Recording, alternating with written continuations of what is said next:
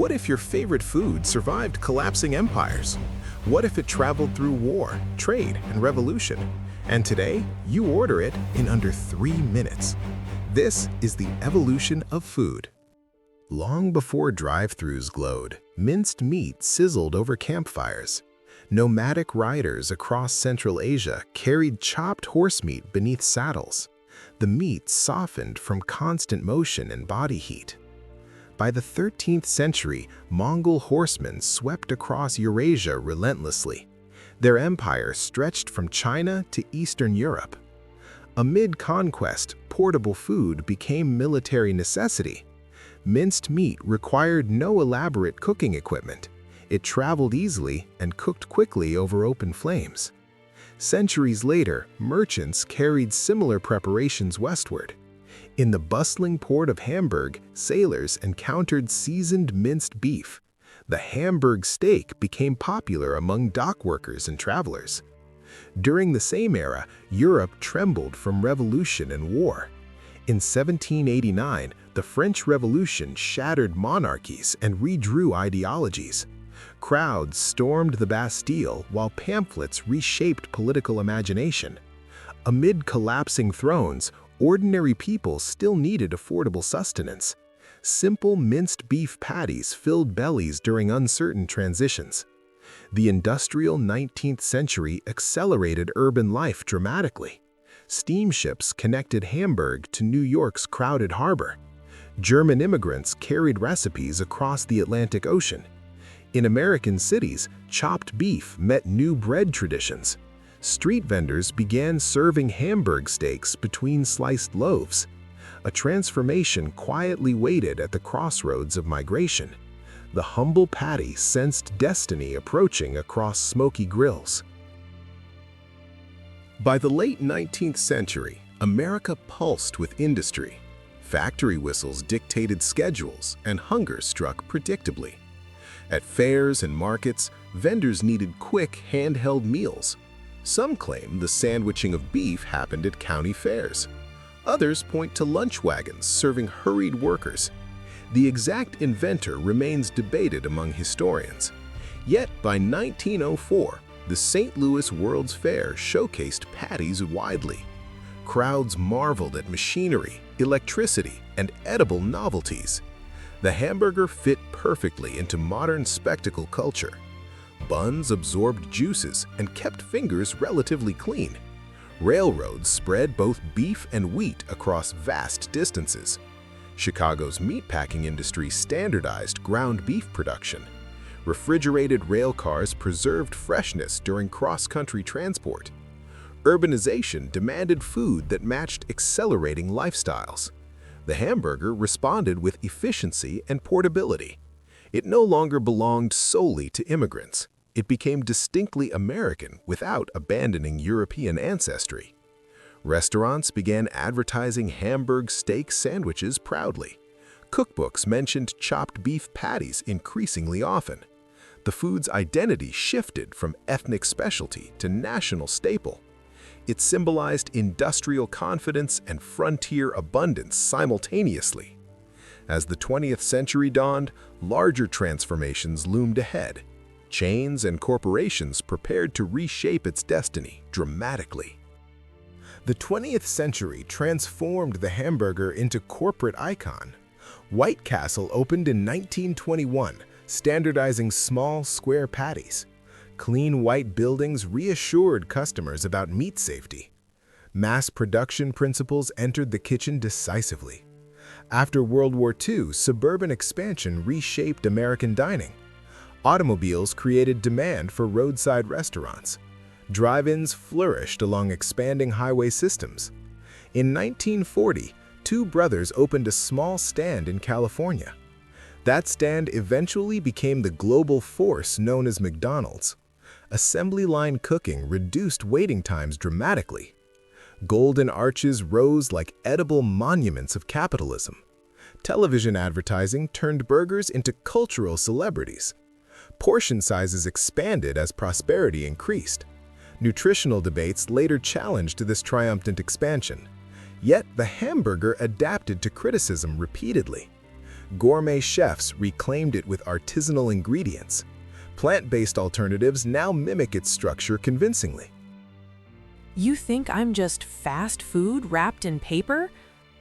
I conquered continents faster than medieval armies ever marched. The patty grins through sesame seeds defiantly. From saddle meat to billion-dollar franchises, evolution accelerated. The hamburger stands today as edible globalization. Yet another grain-based traveler quietly shaped history differently. Long before tomatoes met Italian kitchens, grains shaped survival. Across ancient China, millet and wheat were cultivated carefully. Archaeologists discovered 4,000-year-old noodles at Lhasa. Those noodles were crafted from millet, not durum wheat. Meanwhile, Mediterranean civilizations ground wheat into simple pastes. The Greeks and Romans prepared leganum sheets, baked or boiled. These early forms resembled flat pasta more than strands. Durum wheat thrived particularly well in southern Italy. Its high gluten content allowed firm dough. Arab traders introduced dried pasta techniques to Sicily. Drying extended shelf life during long sea voyages. Medieval Italian cities began shaping dough creatively. Genoa and Naples developed regional preferences enthusiastically. Pasta traveled easily, unlike delicate fresh breads. Its affordability supported growing urban populations. Tomatoes, however, arrived later from the Americas. Initially, Europeans distrusted those bright red fruits. Over time, southern Italians embraced tomatoes passionately. Boiled wheat and crushed tomatoes formed transformative partnership. Trade networks across the Mediterranean accelerated ingredient exchange.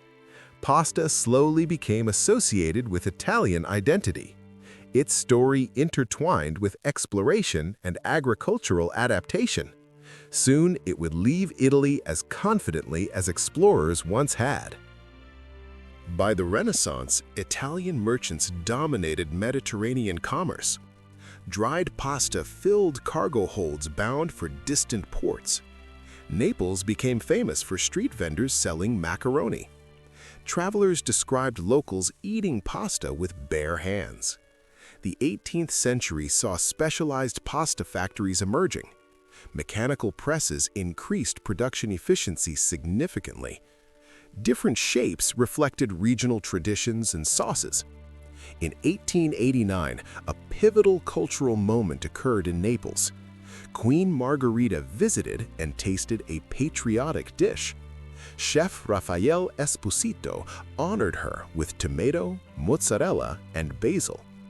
That pizza later carried her royal name proudly. Do not forget, I was twirled before pizza stole attention. Forks were practically invented to manage my dramatic strands. Pasta chuckles as flour dust swirls theatrically. Italian immigrants then carried recipes to the Americas. Ellis Island processed thousands seeking opportunity. In New York, small trattorias served comforting plates. Tomato sauces simmered in crowded tenement kitchens. Pasta adapted to new ingredients and economic realities.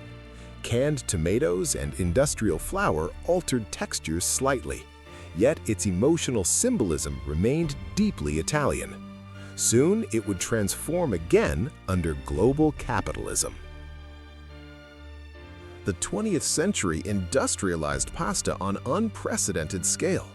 Large factories standardized shapes and packaging globally. Brands exported spaghetti to every continent confidently. After World War II, convenience foods gained popularity. Supermarkets stocked dried pasta beside canned sauces. Television cooking shows popularized Italian-American recipes widely. In 1957, a British broadcast jokingly showed spaghetti harvesting. Some viewers believed spaghetti truly grew on trees. Globalization blurred authenticity and adaptation repeatedly. Japan created wafu pasta with soy-based flavors. America embraced baked casseroles loaded with cheese. Fine dining later rediscovered regional Italian traditions. Artisanal producers emphasized bronze dyes and slow drying. Nutrition debates highlighted whole grain alternatives. Pasta proved remarkably flexible across cultures. It functioned as comfort food and culinary canvas. From peasant sustenance to gourmet centerpiece, transformation endured. Its resilience mirrored Italy's own complex modernization. As pasta conquered plates worldwide, another island cuisine prepared quietly. Across the Pacific, rice and fish forged delicate alliance. In ancient Japan, rice cultivation shaped society profoundly. Wet rice agriculture required coordinated communal labor. Fish from coastal waters supplemented rural diets. Early forms of sushi preserved fish through fermentation. Narezushi wrapped salted fish within fermented rice carefully. The rice was often discarded before eating. This method prevented spoilage during humid summers. By the Edo period, urban life accelerated dramatically. Tokyo, then called Edo, became a bustling metropolis. Street vendors innovated quicker preparations for busy citizens. Hanaya Yohei popularized nigiri sushi in the 19th century. Fresh fish rested atop vinegared rice mounds. This version eliminated lengthy fermentation processes. Soy sauce and wasabi enhanced flavor and safety. Sushi shifted from preservation technique to fast food. Woodblock prints depicted vendors serving eager customers. Rice vinegar replaced months of waiting patiently. Urban culture shaped cuisine as powerfully as agriculture. Sushi's transformation mirrored Japan's social dynamism. Soon, international forces would test its adaptability dramatically. In 1853, American warships entered Edo Bay decisively. Commodore Matthew Perry demanded Japan open trade relations. Isolation policies ended under mounting pressure. Rapid modernization followed during the Meiji Restoration. Railways, factories, and newspapers reshaped society swiftly. Culinary traditions encountered foreign influences cautiously. Sushi remained rooted in local fish markets. Refrigeration later transformed seafood distribution safely. After World War II, American occupation altered diets severely. Economic recovery fostered urban middle-class expansion. By the 1960s, Japanese restaurants appeared in Los Angeles. Chefs adjusted flavors for unfamiliar Western palates. Avocado replaced fatty tuna in creative substitutions. I crossed oceans without losing my rice-centered soul. Chopsticks or forks, I remain elegantly balanced. Sushi smiles beneath shimmering slices of salmon. Air travel enabled global seafood logistics efficiently. Culinary schools standardized training for aspiring chefs. Sushi transitioned from exotic curiosity to cosmopolitan staple. Its minimalism contrasted sharply with towering hamburgers abroad, yet both symbolized cultural exchange in edible form. By the late 20th century, sushi achieved global prestige. High-end restaurants treated it as edible art. Michelin guides awarded stars to master sushi chefs. Conveyor belt restaurants democratized access simultaneously. Supermarkets packaged rolls for everyday convenience. Health trends praised omega-rich fish enthusiastically. Environmental concerns later questioned overfishing practices. Chefs responded with sustainable sourcing initiatives. Fusion variations combined Latin spices and European sauces. Social media amplified visually striking rainbow rolls. Sushi became a symbol of refined modern lifestyle. Meanwhile, hamburgers pursued plant-based reinvention energetically. Pasta embraced gluten-free experimentation confidently. All three foods navigated criticism and adaptation repeatedly. Each began as practical response to human need. Migration, trade, and technology shaped their destinies.